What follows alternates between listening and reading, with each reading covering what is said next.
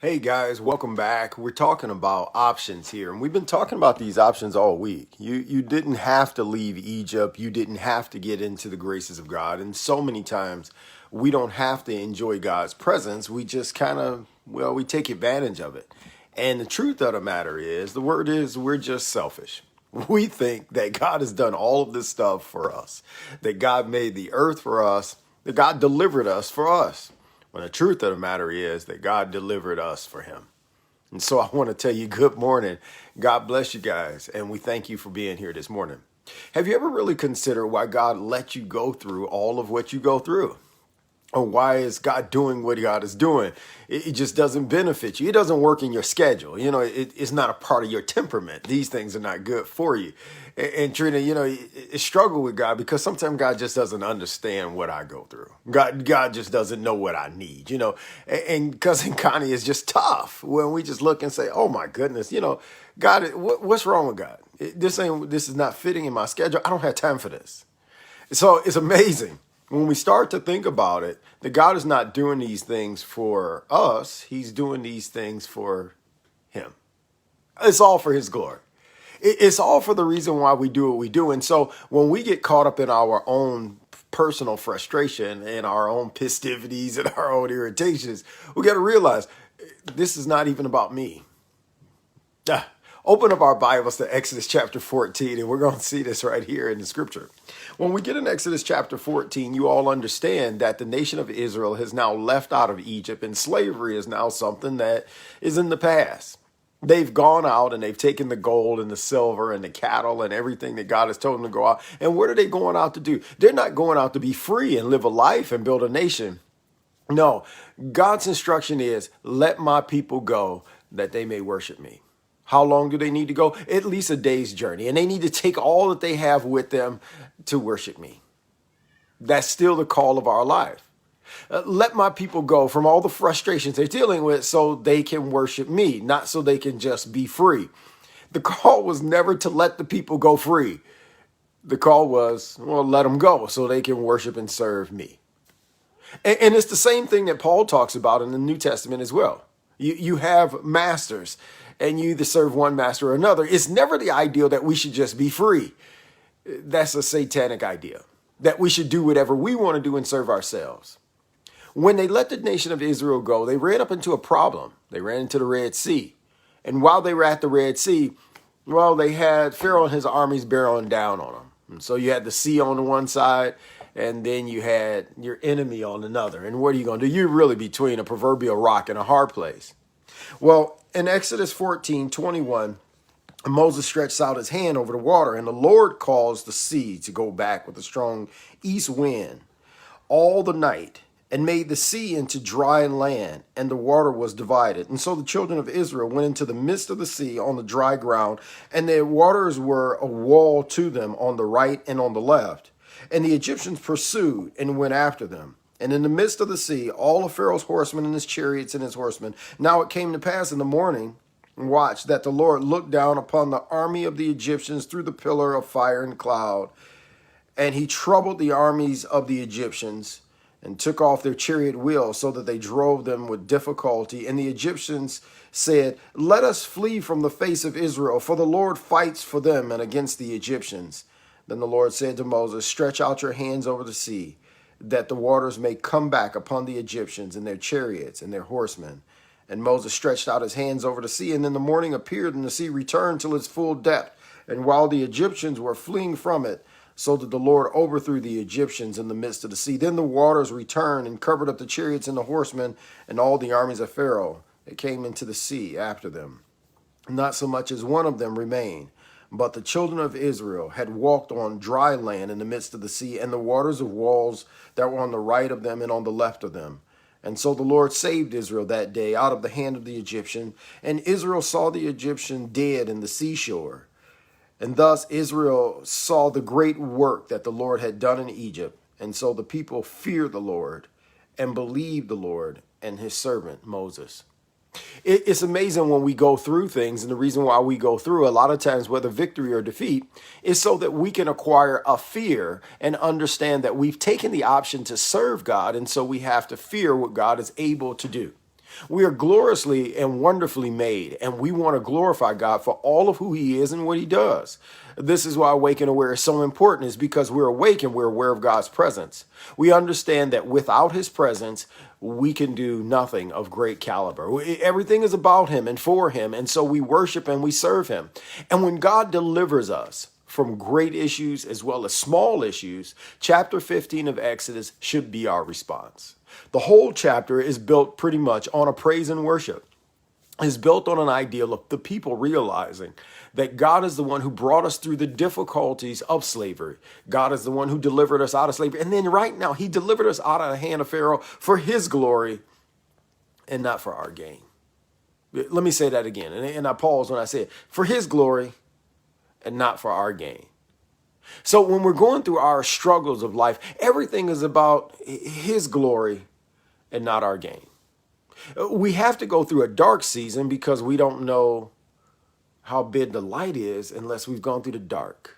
See, sometimes it takes a star. You don't know the stars are shining until it's nighttime. You have no idea how good a sunshine day is until you've experienced the rain.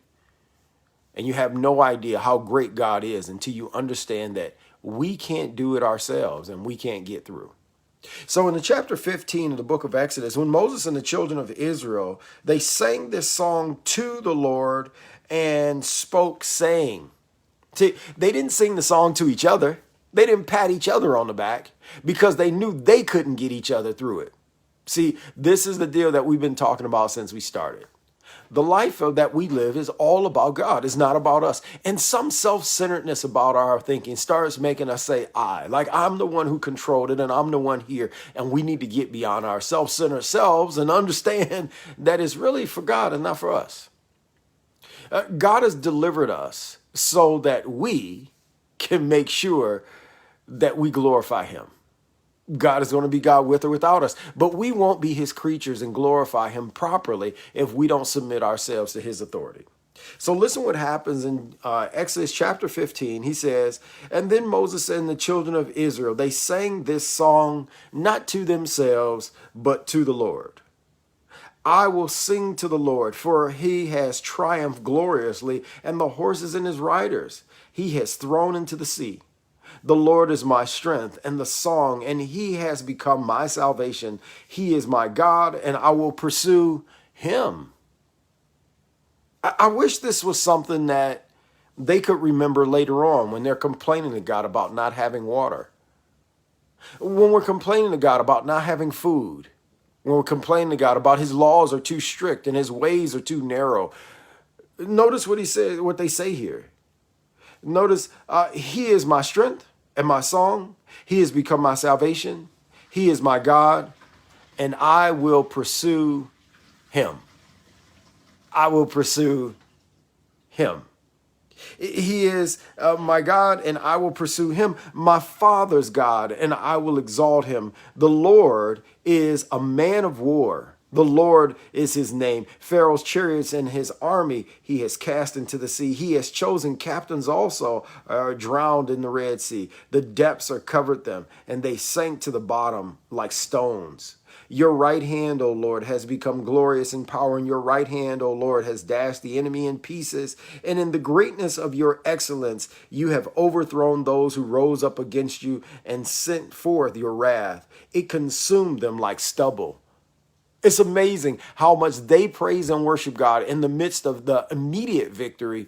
But when things go on a little further, God is now the one who's trying to kill them. Moses, why did you bring me out here in this to just die in the wilderness of thirst and die of hunger? And we should have stayed in Egypt. How soon we forget. But the key thing to understanding our option of choosing God is not about us. It's all about God. It's all about his glory. It's all about his ways and his work. It's all about his plan. It's what he does and what we obey and follow after. Even in the midst of our struggle, God will get the glory in the midst of our dark days. Because when God shows up to vindicate us, he will show the world that he is a great and awesome God, worthy to be praised. See, Pharaoh understood that when he let these people go, why did I let these people go? For they're no longer serving me. I got to get them back so they can serve me. But God had already set them free so they can serve him. Be careful in today. Let us make sure our mind is set on serving God and realizing that all things are for God's glory and not for our gain. For our gain is just being in the presence of God. For the joy of the Lord is our strength. And we delight ourselves in the Lord, he will give us the desires of our hearts. It's the understanding that all I want in this world is to be in God's presence, but I don't want God's, presence. What good would it do to get a gift from God and not get God himself? Why would I want a car from God, but I don't want God to take the wheel? Why in the world would I want to go on a trip without God behind the pilot? It doesn't make sense. Why in the world would I want to breathe if I'm going to be burdened every day without God's presence? What I really want is I want God.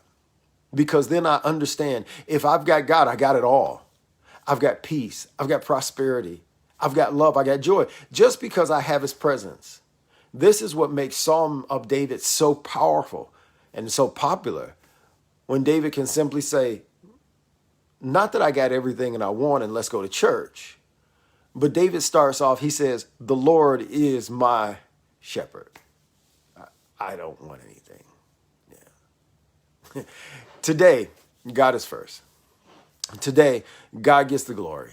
Today, it's all about God. No matter what I'm going through, it's all about God's glory and it's all about his gain. It's all about what he's doing so that his word can go forth. His ways can be seen in my life. And Lord, help us to now move our lives to glorify you and not be selfish or self-centered, self-motivated, self-thinking. Let us forget about the eyes, the capital letter I, and just worry about the eyes in our head where we focus to see you and your glory and your ways. Lord, it's not about us. It's really about you. All the great inventions of the world, from the internet to space shuttles to anything, that's all about to just proclaim your glory because you've already declared it to be so. Those planets were out there before we got there. Those are for your glory. Everything that we do is just for you. And so, God, we give you ourselves. We give you our lives. Why not? You gave us your son. Man, you see, we got a great relationship. Because he delivered me, I dedicate my life to him. But you got options. You can always say, it's all about me. And then you got to save yourself. But how do you save yourself from God? Man, you do have options. It's just there's that too good on the other side. Take care. We'll talk more about options tomorrow. You're not pigeonholed, but hey, God is the way, the truth, and the life. So don't give up on it today. Today is all about him. Take care.